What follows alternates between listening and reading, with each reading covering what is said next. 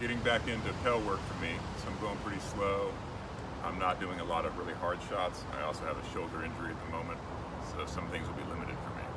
I always recommend wearing at least your arm harness when doing Pell work. Wearing a helmet's also good. You move differently, you have different range of motion, etc. I'm using a pretty heavy sword. This is a Polypro sword made by Cold Steel, and I like using this on the Pell. It's very heavy, it's very slow.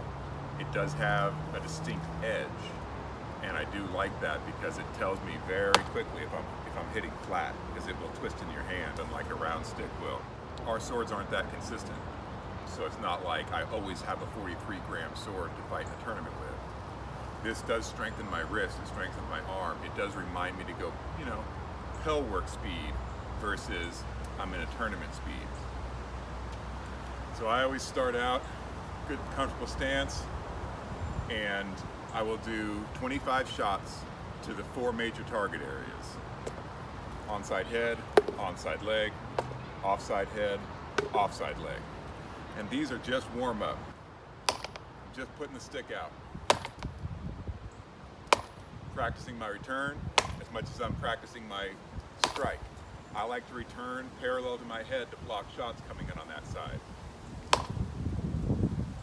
So this first 25,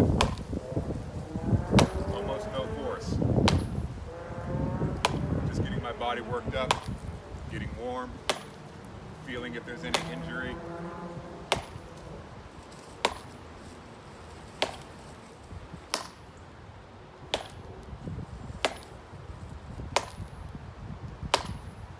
Move down the next target group, leg.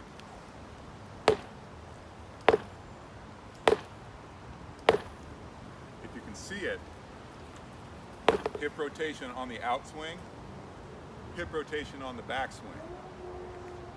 So my return is powered by my hip, just like my strike is powered by my hip. And in these 25, I'm really concentrating on that.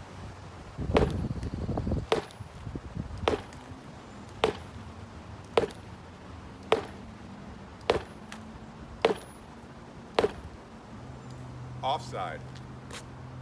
The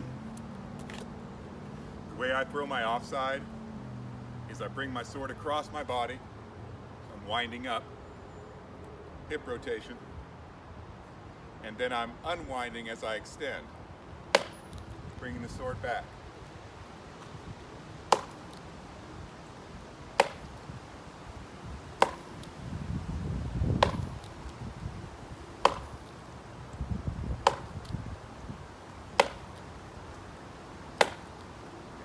Warm up, not a lot of power, just body mechanics, really concentrating how I'm moving.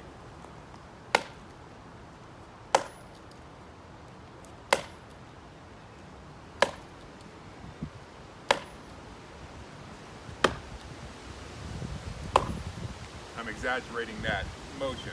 It's a bit more fluid when I'm fighting.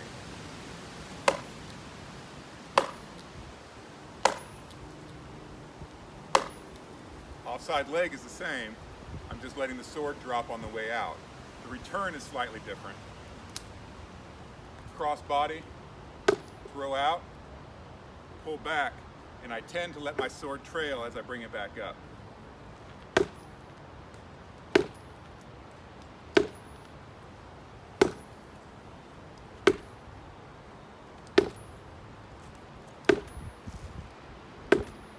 That particular shot's very difficult right now because of my arm.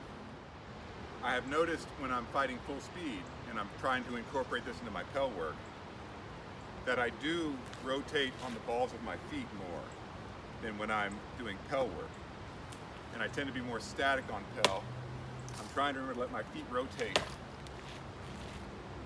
as I make those shots.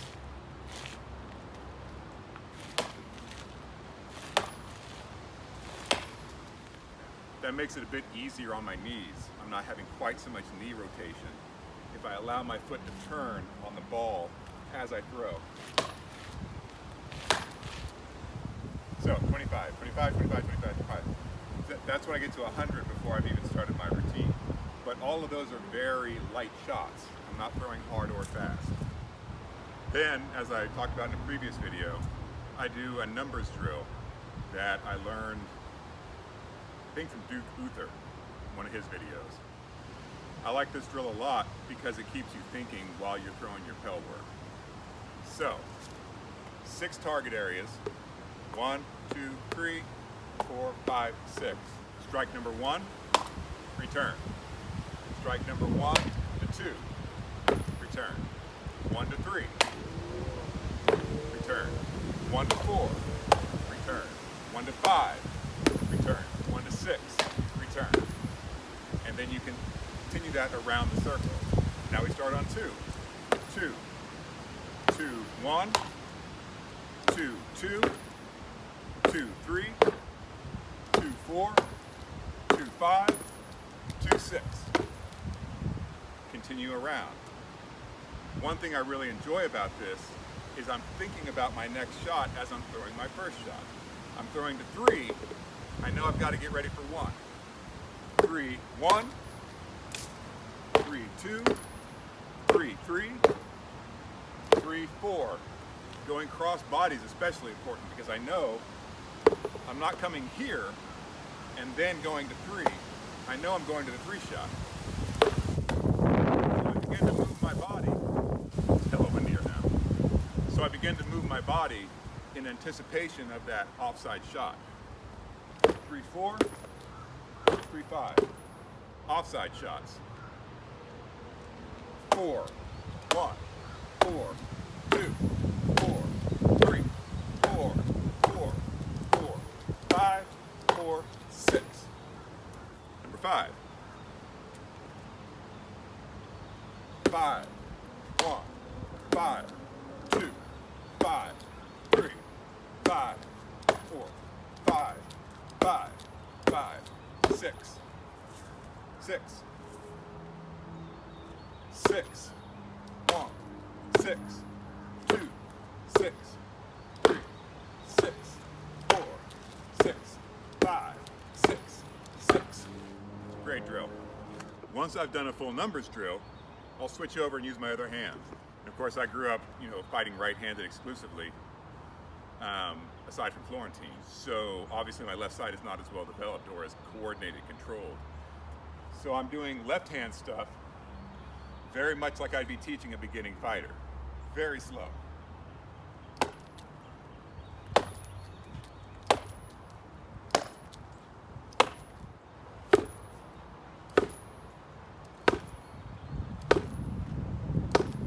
And now for an especial laugh, my offside body shots, they're not very pretty.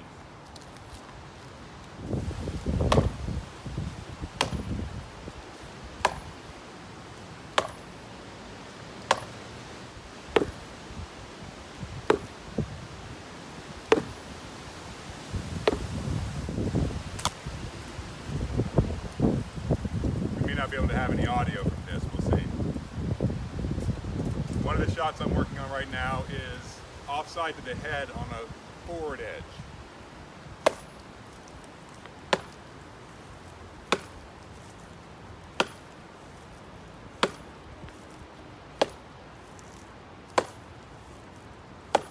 This is hard for me because I want to have a higher shoulder angle to get more of a downward angle, and I can't lift my shoulder like that right now. But I have had success on this on a leading edge, right into the grill. What makes this shot stick, there's only so much swing force I can generate on that body shot. But I'm leaning into it, and I'm stopping my forward momentum with my opponent.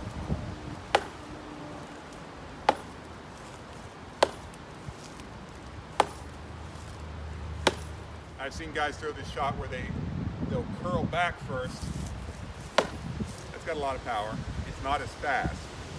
So there's always the trade-off, right? You either have a lot of speed or you have more power. If the more power option, your opponent has time to see it and react to it. If it's more speed, you may be able to get their guard up. That may not be a killing shot, but your opponent does have to react to it. They can't just stand there and watch it hit them in the face.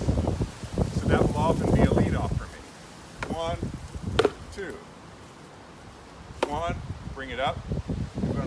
is get their guard up to their face. 1, 2. Even feinting it. But that is an incredible threat coming directly at your grill. And then I'm up here. If their side opens up, I'm up here and I see that leg peek out, wrap shot. Up, looking for openings. So as I'm throwing that, I'm watching to see them react. Okay, what opened up? Their leg. What opened up? Onside leg. So that shot is usually preparatory. Looking, target, no target. Looking, now their stuff is in front of their body. Great time to step in for that wrap. Throw it at distance. As a precursor to stepping in for all kinds of body shot work.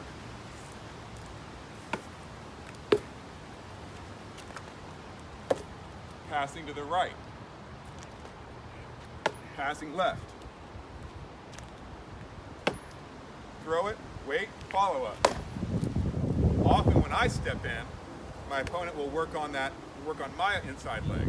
So I step in hard, they throw down to my leg, right, ready. My sword's still up.